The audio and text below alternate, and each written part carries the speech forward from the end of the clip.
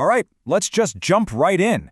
Today, we are embarking on a massive journey through the history of the United States. In this explainer, we're going to trace the evolution of the nation, from its pre-colonial origins, straight through its founding and fracture, all the way to the dawn of the Gilded Age in the late 19th century. We are basically condensing nearly 400 years of dense, action-packed history into a clear, compelling story. Right out of the gate, our source material hits us with a really provocative question. Can this giant actually continue its dominance? To even begin to answer that, or to truly understand the America of today, we really have to look at the foundational tensions of its past. The U.S. has been called a modern Roman Empire, but its current position is built on centuries of deep contradictions, soaring ideals, and some profoundly brutal conflicts. So here is our roadmap for today. We're going to navigate this history through 4 distinct eras: early encounters and the birth of a nation, forging the early republic, expansion and deepening division, and finally, transformation and the Gilded Age. Let's get to it. Okay, Part 1, Early Encounters and the Birth of a Nation. We're looking at cultural clashes and the initial fight for independence. Think about the sheer breathtaking speed at which European powers raced to claim a foothold in the Americas. It starts in 1492 with Columbus, right? But then, bam, permanent settlements start sprouting up everywhere. You've got the Spanish setting up shop in St. Augustine in 1564, followed by the English digging in at Jamestown in 1607, and then the Puritans landing at Plymouth in 1620 looking for religious freedom. The scramble for land, resources, and influence was officially on. But actually, scratch that whole New World idea, because it wasn't new at all. Native Americans had already built incredibly complex, thriving societies for literally thousands of years before any Europeans showed up. And yeah, first contact brought some trade, sure, but it also brought absolutely devastating diseases that decimated indigenous populations. And as settlers kept pushing inland, well, the tension just exploded into bloody, brutal conflicts, like King Philip's War in 1675. Plus, and this is absolutely crucial to remember, by 1619, African slavery was introduced into Virginia. So right from the start, those soaring ideals of a fresh start were completely intertwined with displacement and chattel slavery. Fast forward a bit, and those escalating tensions shifted toward Britain. After the French and Indian War, Britain was staring down massive debts. Their solution? A rapid-fire domino effect of taxes on the colonies. We're talking the Sugar Act in 1764, the Stamp Act in 1765, all without giving the colonies a single ounce of representation in Parliament. You can literally see the escalation happening. Protests turned deadly at the Boston Massacre in 1770, which fueled the Boston Tea Party, until armed conflict finally broke out at Lexington and Concord in 1775. And that brings us to what is arguably the moral anchor of the new nation. Written in 1776, we hold these truths to be self-evident that all men are created equal. That single document completely changed the game. It shifted everything from a localized tax revolt into a full-blown revolution for independence. It set this incredibly high, soaring ideal that, as we'll see, the rest of America's history would constantly be tested against. Moving into Part 2, Forging the Early Republic, going from those fragile, chaotic beginnings to an actual constitutional government. So, fun fact, the very first attempt at running this new country was kind of a total disaster. The Articles of Confederation created this super weak central government. It was chaotic, it couldn't manage state trade, and get this, it couldn't even enforce the treaty that ended the war. It was practically powerless, so they had to pivot. In 1787, they drafted the U.S. Constitution. This was a completely different beast, a really robust framework with strict checks and balances, a much stronger federal authority, and 3 distinct branches of government specifically designed to stop any one group from grabbing too much power. But here's the thing. A piece of paper only gets you so far without someone to actually lead the way, right? George Washington was the one who really laid down the practical groundwork for American democracy. He managed a brilliant but seriously divided cabinet, having to balance fierce rivals like Alexander Hamilton and Thomas Jefferson. He backed the creation of a national bank, and he proved the federal government actually had teeth when he decisively shut down the Whiskey Rebellion. But honestly, his most important move was willingly stepping down after 2 terms. That one final act cemented the fact that this young republic wasn't just going to slide back into being another monarchy. All right, Part 3, Expansion and Deepening Division, the Rush West and the literal fracture of the Union. The main engine fueling all that ravenous growth was an ideology called manifest destiny.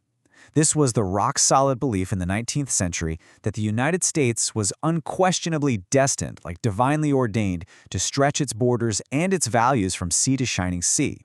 This mindset drove some aggressively rapid westward expansion, leading the U.S. to annex Texas and actually go to war with Mexico, scooping up massive chunks of new territory along the way. But we have to pause here for a second, because that expansion came with an astronomical human cost. 15,000. That is the estimated number of Native Americans who died during forced relocations under policies like the 1830 Indian Removal Act. The absolutely brutal Trail of Tears cleared out ancestral lands just to make way for white settlement, totally disregarding the humanity and the sovereignty of the indigenous peoples who had been living there for generations. And as the map kept getting bigger, this terrifying cause and effect chain started taking hold. Every single time new territory was added, the exact same explosive question popped up. Is this going to be a free state or a slave state? For a while, they managed to keep a really fragile balance with things like the Missouri Compromise of 1820 and the Compromise of 1850. But by 1854, the policy of popular sovereignty literally turned territories into war zones. We're talking Bleeding Kansas, which eventually paved the way for John Brown's violent raid on Harper's Ferry in 1859. The institution of slavery was just completely tearing the nation in two. So by 1861, right after Abraham Lincoln gets elected, Southern states secede, they fire on Fort Sumter, and the Civil War officially begins. Now, the huge challenge for the North was figuring out how to actually win this thing. The Union went with what was called the Anaconda Plan. It was this incredibly strategic, full-scale naval blockade masterminded by General Winfield Scott.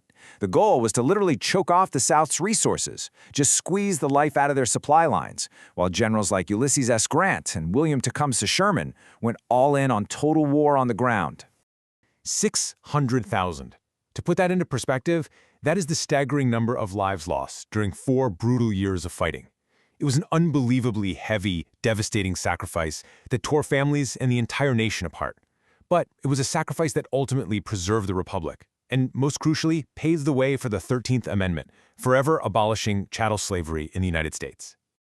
But, just as the smoke was finally clearing, President Lincoln was assassinated, which left the whole nation reeling all over again. And it left this massive burning question on the table. Would this fractured country actually rebuild with unity, exactly like Lincoln had hoped? Or was it just going to fall right back into malice and retribution? Which brings us to our final era, Part 4, Transformation and the Gilded Age. We're diving into the massive infrastructure boom and the deep failures of Reconstruction. Suddenly, physically connecting this massive reunited country became the absolute #1 priority. The Pacific Railroad Act of 1862 got the ball rolling, and despite incredibly brutal, downright perilous conditions for the workers who were literally blasting their way through the solid granite of the Sierra Nevada mountains, the coasts were finally linked. They drove the Golden Spike at Promontory Summit in 1869. Think about this. A journey that used to take months of really dangerous travel now took less than a week. It absolutely revolutionized the American economy overnight. And man, the wealth pouring out of the West was just mind-boggling. We're talking $550 million in gold mined just by the end of the 1850s. This massive influx of cash birthed what we call the Gilded Age. On the surface, it looked amazing. Unprecedented wealth, booming industries, boundless opportunity. It drew millions of immigrants seeking a new life and rapidly changed the nation's demographics. But keep in mind, gilded just means a really thin layer of gold hiding something cheap underneath. And right under that glittering surface were brutal working conditions, massive inequality, and widespread labor unrest that sparked huge, often violent strikes as the early labor movements fought for just basic protections. But arguably the darkest reality hiding beneath that gilded surface was the utter failure of Reconstruction. Look at this stark contrast. On the one hand, you have the highest of ideals, the 13th, 14th, and 15th Amendments, which constitutionally guaranteed freedom, citizenship, and voting rights for Black Americans. But on the flip side, you see the harsh reality by 1877. Thanks to a political compromise, federal troops were pulled out of the South. This created a vacuum that allowed for the rise of violent white supremacist groups like the KKK and the rollout of deeply oppressive Jim Crow laws. The federal government essentially walked away from its promise of civil rights to newly freed Black citizens. And that brings us to a really crucial final thought. From the very first encounters on its shores right up to the end of the 19th century, this country's history has been one giant push and pull. So the question we have to ask ourselves is, how does this ongoing tension between America's highest constitutional ideals and its harshest systemic realities, how does that continue to shape the great experiment today? It's a huge question, and it's exactly why we have to keep learning, keep digging into the source material, and keep trying to understand the giant that is the United States. Thanks so much for joining me on this explainer. I really hope it helped piece the puzzles together for you.